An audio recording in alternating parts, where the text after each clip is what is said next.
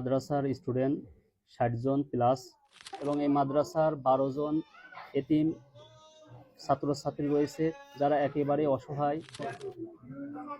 আসসালামু আলাইকুম ওয়া রাহমাতুল্লাহ। আমার নাম মোহাম্মদ হাফেজ মাওলানা মুফতি ইনজামুল হক। আমি এই মাদ্রাসার মুহতামিম সাহেব। মাদ্রাসাটা নতুন মাদ্রাসা। এই মাদ্রাসার অনেক কিছুর প্রয়োজন। মাদ্রাসার এই 2 মাস মাদ্রাসার বয়স, কিন্তু মাদ্রাসার যে আলহামদুলিল্লাহ এত স্টুডেন্ট হয়েছেন, যার কারণে বাথরুম, প্রসাবখানা এবং অজুখানার কাজ প্রয়োজন। আমাদের মাদ্রাসার বারান্দার টিন, বিশেষ করে যেহেতু রোদের সময় অনেক এই অভিভাবকরা তারা এসে বসতে পারে না, থাকতে পারে না। বিভাগ চালু করার আমরা নিয়ত করেছি রমজান থেকে।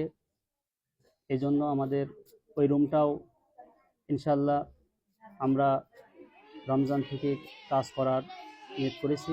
আমরা যদি একটু হাত বাড়াই তাহলে এই বাচ্চাগুলো অন্ধকার জগতের থেকে তারা কখনো অন্ধকার জগতে পা বাড়াবে না। এই বাচ্চাগুলোর দিনগুলো উজ্জ্বল হবে।